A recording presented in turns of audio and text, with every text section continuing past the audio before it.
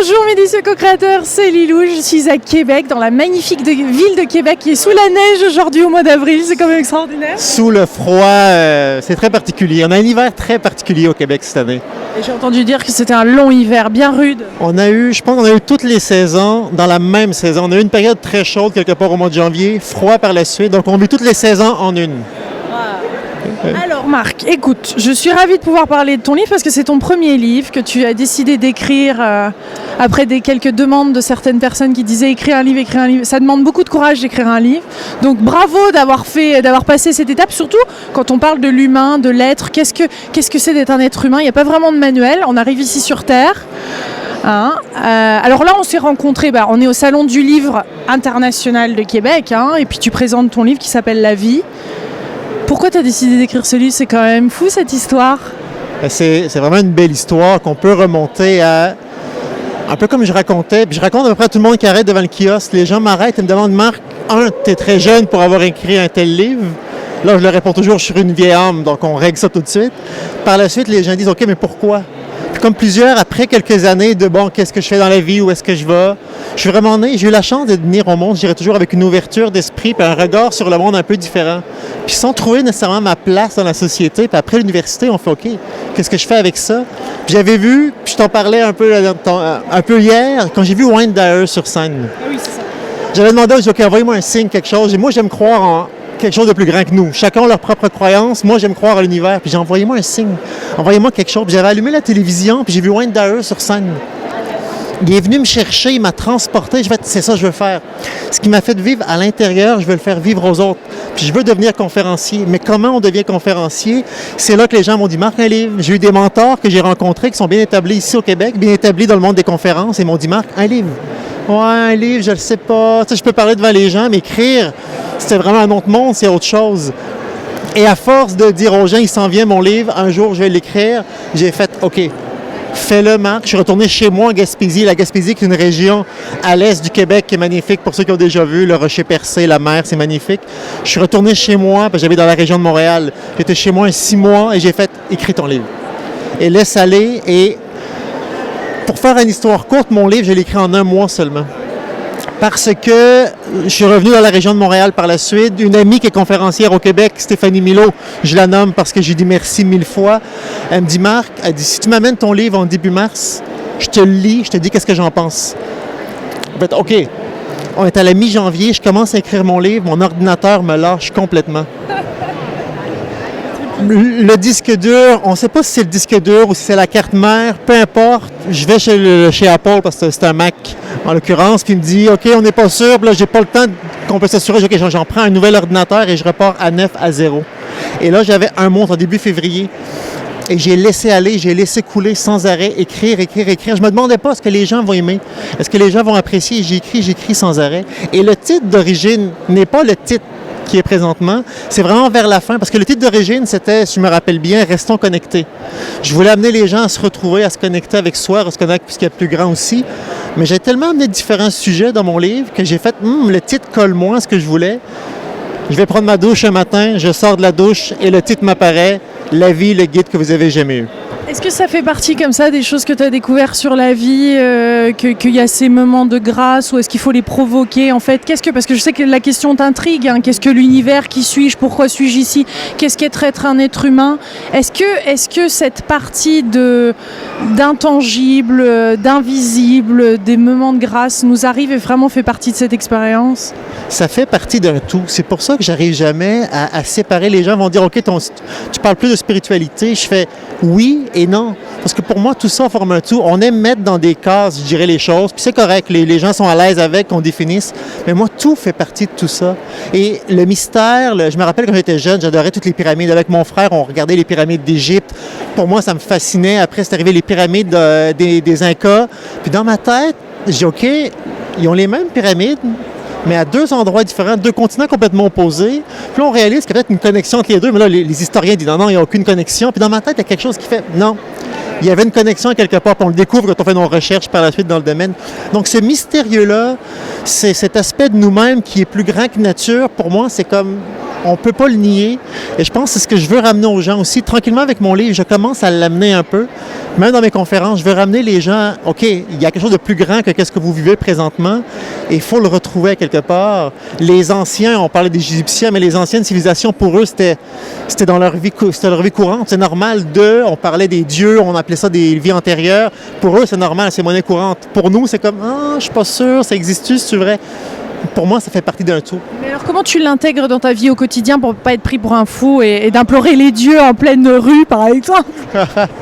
Je te dirais que j'accepte les différents... on va aller comme ça. Selon les différentes personnes que je rencontre, j'accepte de voir eux où leur ouverture va jusqu'à où.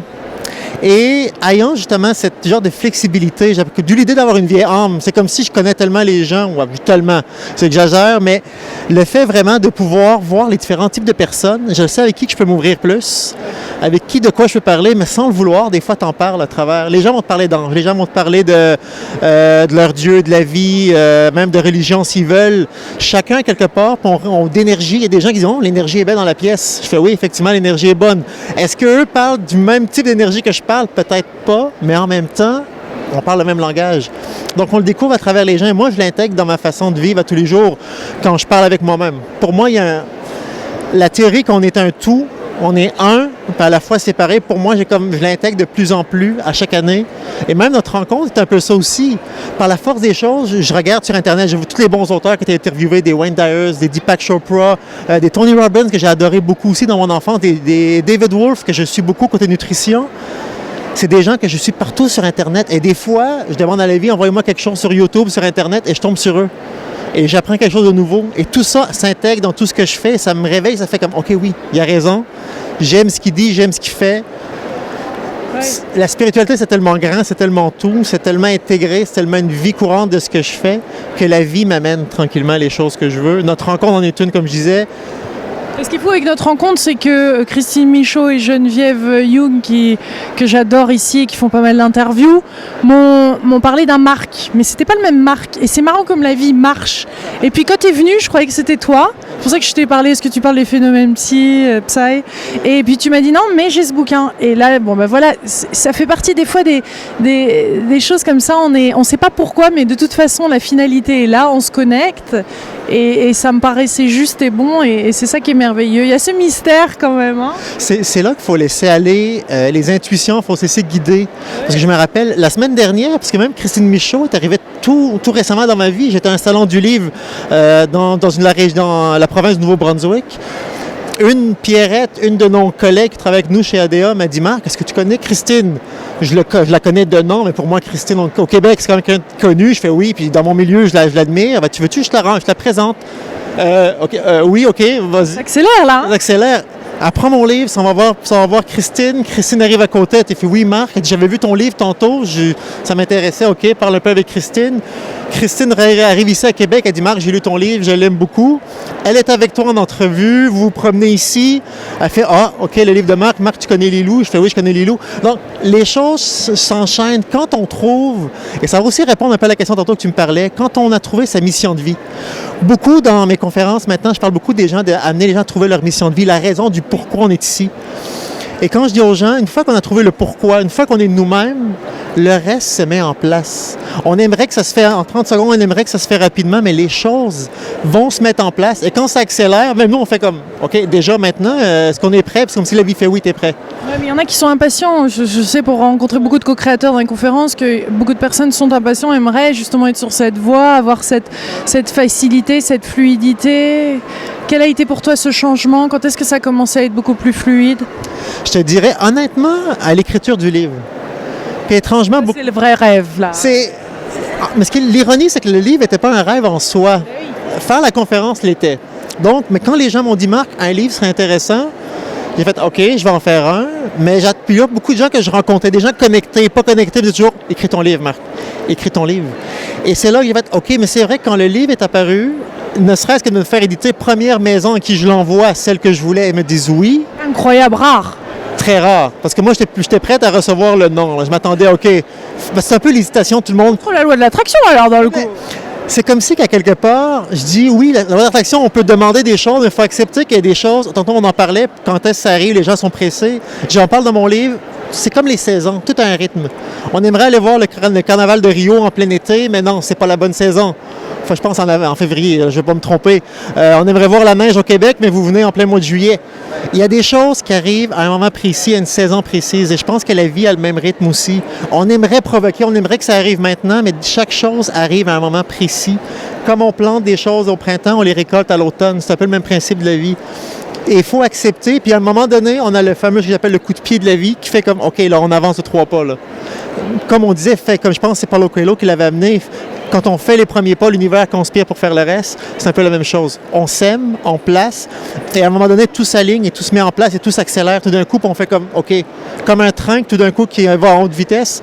On accueille, on accepte, on profite du paysage. Quand on arrête, on va à l'action. Pour des personnes qui sont plus matérialistes dans la matière, hein, vont dire que bah oui, forcément, Marc, tu as bossé, tu as fait des conférences, tu as fait tout ce travail-là. Quelle est la partie de magique ou de connecté dans tout ça finalement? Ce que j'aime, c'est que... Challenge un peu, mais là, j'ai envie d'avoir le meilleur de toi, tu vois. J'ai envie de vraiment savoir ce que tu as dedans. Tu une challenge, puis en même temps, il y a plein de réponses qui apparaissent puis qui viennent. C'est un peu comme ça qu'on fonctionne. Les réponses viennent et on laisse aller. J'ai toujours dit qu'on crée à la fois le monde dans lequel on vit aussi. Tu parles de co-création, mais c'est ça aussi. C'est constamment, on attire à nous et à ces choses intangibles. Et la science, comment tu mets les doigts dessus? On va tous être d'accord, scientifique ou pas, que le monde est fait d'énergie. Ça, tout le monde s'entend là-dessus. Je pense qu'il n'y a aucune question là-dessus. Et on réalise que dans le monde, quand on avance, on a plus d'interaction avec ce tout, avec cette énergie, plus que qu'est-ce qu'on pense.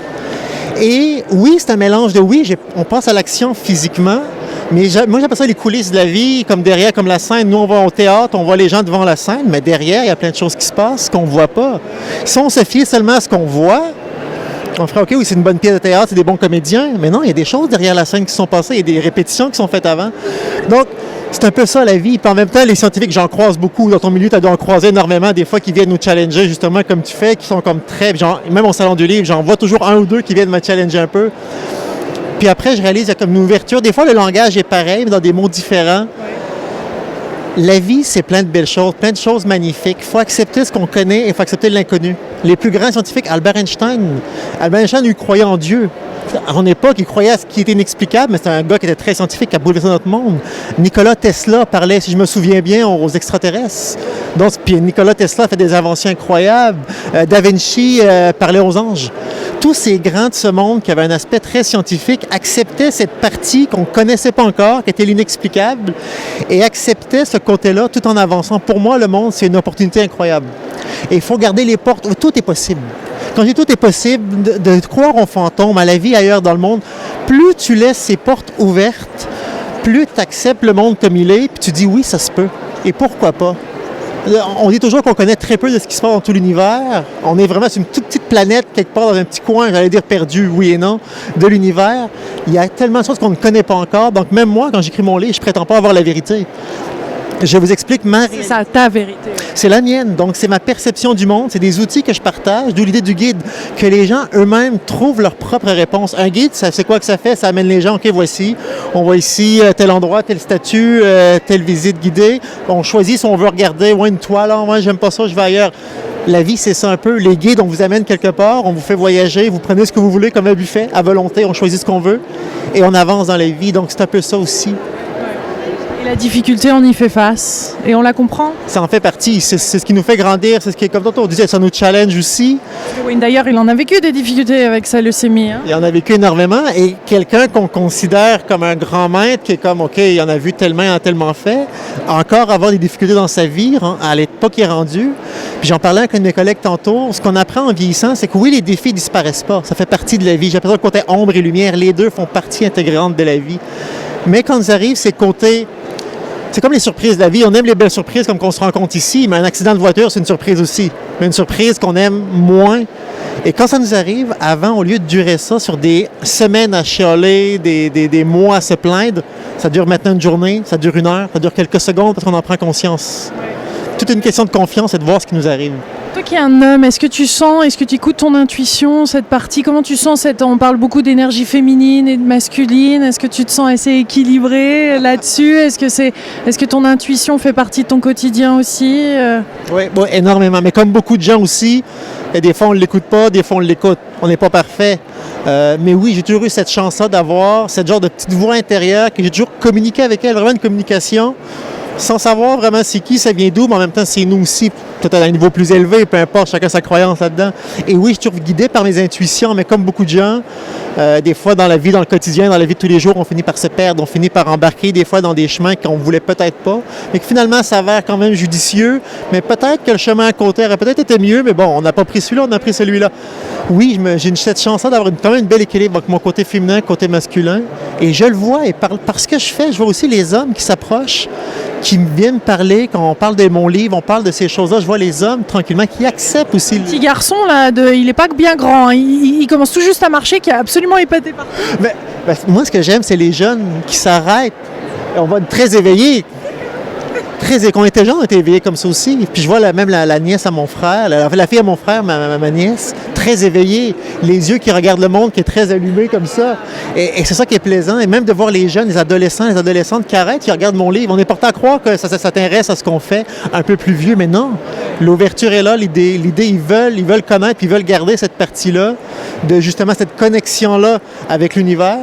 Ils veulent la garder très tôt, qu'on a tous eu très jeunes, puis qu'on a peut-être perdu par le conditionnement de la vie, puis que là, qu'on veut se réapproprier tranquillement. Qu'est-ce que tu penses un petit dernier mot sur ce qui se passe, ce qui s'est passé un peu au Québec et ce qui se passe encore? Parce qu'hier, il y a cette jeune femme qui m'a dit, grâce à ces vidéos et tout ça que tu mets sur Internet, je me suis sortie d'une secte. Ça existe. Le Québec a été beaucoup marqué par la religion et ça a été très poussé. Il y a eu des grandes souffrances, j'ai l'impression, où il y a des personnes qui s'embarquent dans des choses qui sont limitantes, avec beaucoup de dogmes, de règles, de souffrances. Qu'est-ce que tu aimerais dire à ces personnes-là? Parce que ça fait partie aussi de ton pays, un peu partout dans le monde d'ailleurs, hein. Bon, on le retrouve beaucoup. C'est cette quête de sens que les gens vont toujours chercher, a toujours été là. Elle est en nous. Puis j'en parle un peu très rapidement dans mon livre. J'ai toujours dit que les religions, sans leur enlever, il y a quand même un côté bien. Je ne veux pas tout leur enlever, mais c'est un peu un tout inclus. Cette idée de tout est clé en main, puis on y va, puis on embarque. Et les sectes, un peu la même chose, le gourou qu'on doit suivre. Puis veux pas, on nous associe souvent lorsqu'on fait des choses comme ça, des conférences, et genre, mais est-ce que tu es un gourou? Non. C'est mon turban? C'est ça. On partage ce qu'on connaît, puis on dit aux gens, prenez ce que vous voulez prendre. Et l'idée derrière ce qu'on fait, c'est de dire aux gens de se réapproprier le pouvoir, de dire, OK, non, vous en savez beaucoup plus que ce que vous pensez. On est juste là pour vous ouvrir des portes et que vous-même, vous les traversez. On a cette force en nous. C'est normal d'être attiré vers les religions, vers les grandes sectes, comme tu parlais. Et il veut pas, il y a toujours cette fameuse cicatrice-là de on a toujours peur, on regarde avec méfiance, est-ce que c'est encore ça? C'est là que j'amène les gens à retourner vers leur cœur. Écouter leur intuition, écouter leur cœur en dedans, d'aller vers ces choses. Et si on a passé vers des sectes, vers des religions, c'est correct. Je dis toujours qu'il n'y a pas de mal à ça, mais on a passé par là, on a appris. Et maintenant, il faut se réapproprier notre pouvoir, il faut nous-mêmes trouver notre propre force. On est dans cette ère de retrouver son potentiel, de le vivre maintenant. Et on le sent, les gens le veulent, les gens s'approchent. On voit les gens que des fois, des gens s'approchent, ils prennent mon livre dans leurs mains, ils font oui, OK, c'est intéressant, mais pas tout de suite. Puis là, je le sens, OK, c'est correct. Es-tu prêt, il n'est pas prêt? Puis à la limite, il va aller voir quelqu'un d'autre aussi. Puis les gens ont cette chance énorme d'avoir plusieurs bons auteurs, plusieurs bons conférenciers dans le milieu des films, des documentaires. Tout est là. On peut aller Avec Internet, ça circule. Hein? Ça circule. Tout ce que tu fais, c'est énorme. Ça change la vie des gens parce que les gens, merci, c'est une petite lueur dans ce qu'ils font. Puis même moi, des fois, les gens viennent me voir et disent merci Marc. Puis je fais comme OK, est-ce qu'elle me parle à moi vraiment? Je dis oui, merci, ça m'a aidé, ça fait telle chose. Puis sur le coup, on est comme OK, il faut l'accepter aussi en partant. Et oui, tout est là. On a juste à accéder et on peut devenir la personne merveilleuse qu'on est. Tout ce qui reste, c'est d'aller retrouver ce que j'appelle le fameux soleil intérieur, d'aller le nourrir et à la fin, lorsqu'on va nous se mettre à briller, on va devenir des inspirations pour les autres et eux aussi, par la suite, vont vouloir briller. Ça va faire comme une magnifique galaxie, comme une magnifique soirée d'étoilés. Toutes les étoiles qui brillent ensemble, qui s'énergisent l'une avec l'autre. Marc le poète, j'adore! J'ai une facette, il paraît, de poésie. Merci pour cette délicieuse interview, Marc. Je te souhaite plein de succès et ravi de pouvoir te recroiser un de ces quatre. Merci beaucoup, Lilou, d'avoir pris ce moment de venir me voir. Je suis très choyé, très heureux. Avec grand plaisir et on vous fait plein de gros bisous de Québec qui est sous la neige. Voilà. Au revoir.